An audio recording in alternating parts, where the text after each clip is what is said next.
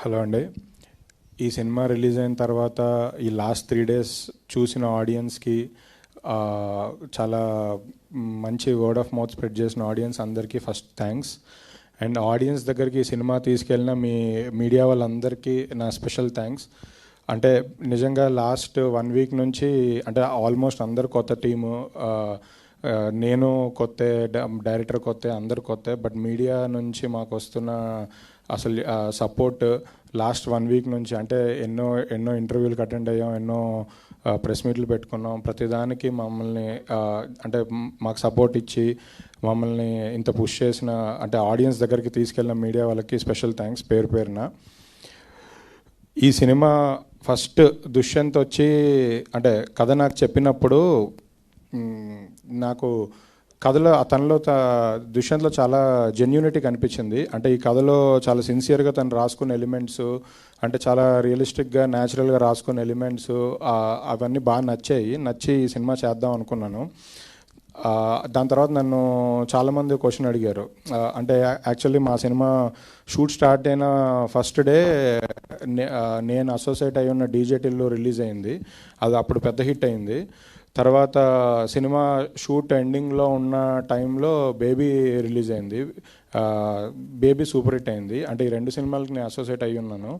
దాని తర్వాత అడుగుతున్నారు అందరూ ఏంటంటే అదేంటి నువ్వు అంత పెద్ద బ్లాక్ బస్టర్ సినిమాలు చేస్తావు అంటే ఆ 2 వేరు జానర్స్, డీజే టిల్లు కానీ బేబీ కానీ, ఇలాంటి పెద్ద సినిమాలకు అసోసియేట్ అయ్యి ఉన్నావు, ఆల్రెడీ ఇంత సక్సెస్ చూసేస్తున్నారు, మరి ఇప్పుడు అంబాజీపేటకి అంటే అలాంటి సబ్జెక్ట్ ఎందుకు ఎంచుకున్నావు అని. బేసికల్లీ ఈ సినిమా ఒక జెన్యూన్ సినిమా. అంటే అవి వేరే జానర్ సినిమాలు. బట్ ఈ సినిమా నేను ఫస్ట్ నమ్మింది ఏదైతే కంటెంట్ నేను నమ్మానో, ఏదైతే ఆ డైరెక్టర్ని బిలీవ్ చేశానో, ఏదైతే ఆర్టిస్టులను బిలీవ్ చేశానో, టెక్నీషియన్స్ని బిలీవ్ చేశానో, అందరూ కొత్త వాళ్ళు, వీళ్ళందరినీ బిలీవ్ చేశానో లేదు ఇది అలాంటి సినిమా కాదు. బట్ ఈ సినిమాకంటూ ఒక స్టాండ్ ఉంటుంది. ఈ సినిమా ఇది ఒక అంటే మ్యాక్సిమం ఎఫర్ట్స్ పెట్టి దీన్ని బెస్ట్ డెలివరీ ఇద్దామని ఫస్ట్ నుంచి నేను నమ్మాను. నిజంగా నా నమ్మకాన్ని వీళ్ళందరూ కలిపి నిలబెట్టారు. అంటే ఒక కొత్త డైరెక్టర్ తను రాసుకున్నప్పుడు అంటే తను చాలా తక్కువ మాట్లాడతాడు. అంటే అసలు నరేషన్ ఇస్తున్నప్పుడే తను చెప్పే సగం మాటలు మనకి వినపడవు, అంత చాలా స్లోగా చెప్తుంటారు అండ్ కొంచెం తడబడుతుంటారు. సో కానీ ఆ డైరెక్టర్ కానీ తర్వాత డిఓపి ఫస్ట్ నాకు డైరెక్టర్ డిఓపిని తీసుకొచ్చి, సార్ నా ఫ్రెండ్ సార్, ఎప్పటి నుంచో మేము ట్రావెల్ అవుతున్నాము, కొత్త డిఓపి సార్ చేద్దాం అనుకుంటున్నాను అన్నారు. తర్వాత అందరూ టెక్నీషియన్స్, ఈ సినిమాకి పనిచేసిన ఆర్ట్ డైరెక్టర్ కానివ్వండి, ప్రతి ఒక్క టెక్నీషియన్స్ అందరూ ఆల్మోస్ట్ కొత్త వాళ్ళు. ఆర్టిస్టులు కూడా ఎవరెవరు అనుకుంటున్నాం అంటే ఈ కథ చెప్పినప్పుడు ఇప్పుడు కథలో అన్ని ఎలిమెంట్స్ ఉన్నాయండి. అంటే లవ్ స్టోరీ ఉంది, సిస్టర్ సెంటిమెంట్ ఉంది, రివల్యూషన్ ఉన్నాయి, అన్ని ఎలిమెంట్స్ ఉన్నాయి. సో నేను కొంచెం పెద్ద క్యాస్ట్ని కూడా క్యాస్ట్ చేయొచ్చు అంటే. కానీ డైరెక్టర్ ఫస్ట్ నుంచి సెలెక్ట్ చేసుకొని ఆర్టిస్ట్ని వీళ్ళతోనే చేద్దాము అని ఫస్ట్ నుంచి ఫిక్స్ అయి ఉన్నాడు. సో తను చేయించుకోగలుగుతాడు అని నమ్మకం నాకు కలిగింది. అందుకే నేను ఎప్పుడు కమర్షియల్గా ఆలోచించి వీళ్ళని క్యాస్ట్ చేద్దాం వాళ్ళని క్యాస్ట్ చేద్దాం అని ఆర్టిస్ట్ విషయంలో కానీ టెక్నీషియన్ విషయంలో కానీ ఎప్పుడూ చెప్పలేదు. తర్వాత సినిమా షూట్ అంతా అయిపోయిన టైంలో కూడా నేను ఎప్పటికప్పుడు రషెస్ ఎడిట్ చూసుకుంటున్నప్పుడు నేనే సర్ప్రైజ్ ఫీల్ అయ్యేవాడిని. అసలు అదేంటి మనం అనుకున్న దానికని చాలా బాగా చేసామని. అంటే వాళ్ళందరూ అంటే ప్రతి క్యారెక్టరు వాళ్ళకున్న లిమిట్స్లో బెస్ట్ పర్ఫార్మెన్స్ ఇచ్చారు. అంటే ఎడిట్ టేబుల్లో నాకు తెలిసి ఎడిటర్ కూడా కట్ చేస్తుంటే ఇప్పటికీ మా దగ్గర కొంచెం ఫుటేజ్ ఉంటుంది. అసలు ఇది ఎందుకు తీస్తావు అని అడుగుతుంటారు. అంటే ఆ సీన్ ఇండివిజువల్గా చూస్తే ఏది తీయాలనిపించదు, అంత బెస్ట్ పర్ఫార్మెన్స్ ఇచ్చారు. ప్రతి చిన్న క్యారెక్టర్ కూడా వాళ్ళ మార్క్ వేసుకున్నారు.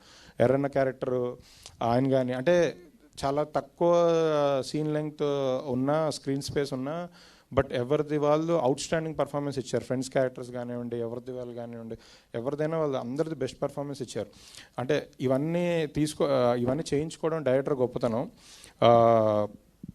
తర్వాత నిజంగా ఈ సినిమాకి డైరెక్షన్ డిపార్ట్మెంట్ గురించి చెప్పాలి. యాక్చువల్లీ మేము సినిమా 1.5 year జర్నీ చేసాం కాబట్టి డైరెక్షన్ డిపార్ట్మెంట్ అంటే చాలామంది మారుతున్నారు. కో డైరెక్టర్లో 3 మారారు ఈ సినిమాకి.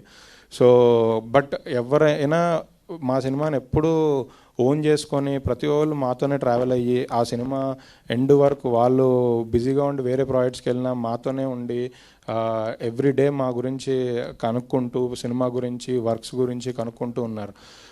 ఆయన ఇందాక నితిన్ గారు అన్నట్టు అందరు కొత్త వాళ్ళు, మళ్ళీ డైరెక్షన్ డిపార్ట్మెంట్ కూడా 10 మంది ఉండేవాళ్ళు. ఏంటి నేను ఒకసారి మొన్న అడిగా, ఏంటి ఇంతమంది ఉన్నారు అంటే, సార్ వీళ్ళందరూ కొత్త వాళ్ళు సార్, పెద్ద జీతాలు ఇవ్వకపోయినా పర్లేదు, బట్ వాళ్ళందరూ వర్క్ చేద్దాం అనుకుంటున్నారు అన్నారు. నిజంగా నాకు ఆ రోజు అనిపించింది, అంటే సినిమా తీస్తున్నాం అంటే మన జేబులు నిండడం కోసం కాదు, వీళ్ళందరికీ ఏదో ఒక ఆపర్చునిటీ ఇవ్వాలి అనిపించింది. అంటే చాలామంది ప్రొడ్యూసర్స్ డైరెక్షన్ డిపార్ట్మెంట్ ఒక 5 ఉంటే చాలు, నాకు అక్కర్లేదు, ఇంతకన్నా ఎందుకు వేస్ట్ అని అంటారు. బట్ నాకు అనిపించింది వాళ్ళందరూ ఏదో ఒకటి నేర్చుకుంటారు కదా ఈ సినిమా నుంచి అని. క్యాస్ట్ అండ్ క్రూ చాలామంది, అంటే నేను ఎక్కడ ఎవరికి అంటే జెన్యున్గా సినిమాని నమ్మి ఇది ఒక ప్లాట్ఫామ్ అవుతుంది వీళ్ళందరికీ అని బిలీవ్ చేసే ముందుకు వచ్చాను. తర్వాత ఈ సినిమా మొన్న రిలీజ్ అయిన తర్వాత ఈ 3 days కలెక్షన్ బాగా వచ్చింది.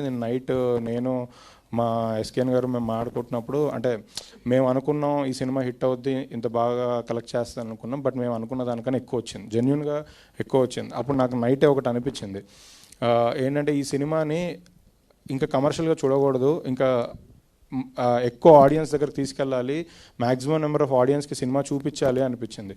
అంటే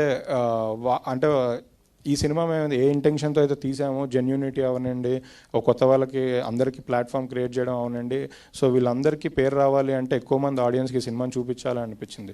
నేను అందుకే నెక్స్ట్ 3 days 4 days అంటే మా టీం అందరూ ప్రతి ఏరియాకి వెళ్ళి, విజయవాడ, గుంటూరు, వైజాగ్, కాకినాడ, ఆంధ్రాలో అన్ని ఏరియాస్, తెలంగాణలోని అన్ని ఏరియాస్, ప్రతి చోట ఎవ్రీ డే ఒక స్పెషల్ షో వేయడం జరుగుతుంది. ఆ స్పెషల్ షోకి సోషల్ మీడియా ద్వారా మేము ఆడియన్స్ని మేమే ఇన్వైట్ చేసి వాళ్ళందరికీ సినిమాని చూపించి టీంతో ఇంటరాక్షన్ పెడుతున్నాము.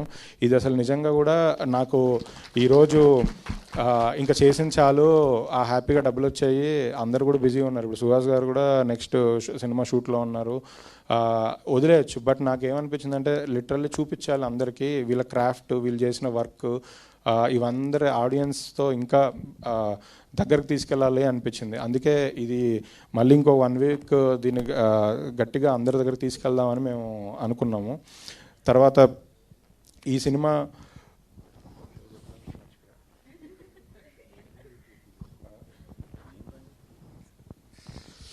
సరే అండి, ఎలానో క్యూఎండే ఉంది కదా, అప్పుడు మాట్లాడదాం, మర్చిపోయా.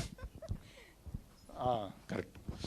సో బేసికలీ ఈ సినిమాకి లాస్ట్లో, అంటే మేమందరం ఎంత కష్టపడ్డా, ఎంత పెద్ద మేధావికైనా ఓ చిన్న అప్పుడప్పుడు ఐడియాస్ వచ్చి ఆ ఐడియాస్ వల్ల ఇంకా బెటర్ అవుతాం అన్నట్టు, ఈ సినిమాకి నిజంగా ఒక పాయింట్ నుంచి బాగా సపోర్ట్ చేసిన Sandeep, colour photo director Sandeep, తను యాక్చువల్లీ మన డైరెక్టర్తో పాటు కూర్చొని, అంటే ఒక కొత్త డైరెక్టర్ అని ఫీల్ అవ్వకుండా ఒక బ్రదర్ లాగా ఫీల్ అయ్యి మ్యాక్సిమం ఇన్పుట్స్ ఇచ్చి ఇలా చేస్తే బాగుంటుంది అది అని కొంచెం, లేకపోతే డైరెక్టర్ ఏదైనా ఇది ప్రాక్టికల్గా అవుద్దా లేదా అనుకున్న ప్రతిదీ డైరెక్ట్గా నాకు కాల్ చేసి బ్రో ఇది చేద్దామని చెప్పి పుష్ చేశారు. అంటే ఈ సినిమా మేము అంటే రీషూట్స్ కూడా చేసాం, అన్ని సినిమాలు చేస్తున్నట్టే మేము రీషూట్స్ చేసాం బెటర్మెంట్ కోసం, సో దానికి హెల్ప్ చేశారు. బట్ ఇంకొకటి లాస్ట్లో సినిమా షూటింగ్ అంతా అయిపోయిన తర్వాత పోస్ట్ ప్రొడక్షన్ ఎడిట్ దగ్గర, ఆర్ఆర్ దగ్గర, నిజంగా ఈ సినిమాకి మాకు అంటే తన బేబీ లాంటి పెద్ద హిట్ కొట్టిన తర్వాత కూడా సాయిరాజ్ గారు లిటరల్లీ మా కోసం వచ్చి లిటరల్లీ లాస్ట్ 10 days, అంటే తన సినిమాకి ఎంత కష్టపడతారో అసలు నిద్ర లేకుండా నైట్ అంతా, అంటే మార్నింగ్ 6-7 వరకు నైట్ నిద్రపోకుండా మిక్సింగ్ థియేటర్లో ఉండడం, ఎడిట్ రూమ్లో ఉండడము, ఆర్ఆర్ దగ్గరికి వెళ్ళడం, నిజంగా అంటే నాకు, అంటే నేను వీళ్ళందరికీ జస్ట్ థ్యాంక్స్ చెప్పి నేను సరిపెట్టుకోలేను, నేను ఎప్పటికీ రుణపడి ఉంటాను. అంటే ఈ సినిమాని తను సాయిరాజ్ గారు ఒక మాట అన్నారు, ఏంటంటే ఏదో థ్యాంక్స్ అది చెప్తుంటే, ఇవన్నీ తర్వాత భయ్య సినిమా అనేది అలా లైబ్రరీలో ఉండిపోద్ది, ఓ 10 ఏళ్ళైనా 20 ఏళ్ళైనా సినిమాకే వాల్యూ రెస్పెక్ట్ ఉంటుంది, వెనకాల ఎవడు కష్టపడడం అనేది ఇంపార్టెంట్ కాదు, సినిమాకి మనం బెస్ట్ ఇవ్వాలి, ఆ సినిమాని కరెక్ట్గా నిలబెట్టాలన్నారు. నిజంగా థ్యాంక్స్ సాయిరాజ్ గారికి, సందీప్కి, రవి అయితే అసలు లిటరల్లీ తను ఇప్పుడు నెక్స్ట్ డైరెక్టర్ అవుతున్నారు. నెక్స్ట్ ఆనంద్ వైష్ణవి సినిమాకి డైరెక్టర్ రవి. తను మాకు బేబీ దాని ముందు సినిమాలతో కూడా మాతో ఉన్నారు. తనైతే లిటరల్లీ డైరెక్షన్ డిపార్ట్మెంట్ లాగా పనిచేశారు. అంటే అసలు ఇంటికి ఎప్పుడు వెళ్ళారో కూడా తెలియదు, ఎప్పుడు పడుకున్నారో కూడా తెలియదు. పాపం వాళ్ళ ఇంట్లో వాళ్ళకి కొంచెం హెల్త్ బాగాలేదు, అయినా సరే కాల్ మాట్లాడుతూనే ఇక్కడ వర్క్స్ అన్నీ చూసుకున్నారు. నిజంగా వీళ్ళ లాస్ట్ మినిట్లో నాకు హెల్ప్ చేసిన అందరికీ మా సైడ్ నుంచి, అంటే అరవింద్ గారు నాకు ఫస్ట్ నుంచి సపోర్ట్ ఇచ్చారు, తర్వాత వాసు గారు, తర్వాత ఎస్కేను, వీళ్ళందరికీ అసలు ఒక సపోర్ట్గా నిలబడ్డారు. మా పొలిమేర డిస్ట్రిబ్యూటర్ చేసిన వంశీ, వీళ్ళందరూ రోజు నాతో పాటే ఉండి లాస్ట్ నాకు సపోర్ట్ ఇచ్చి నిలబెట్టారు. వాళ్ళందరికీ నిజంగా హార్ట్ఫుల్లీ థ్యాంక్ యూ.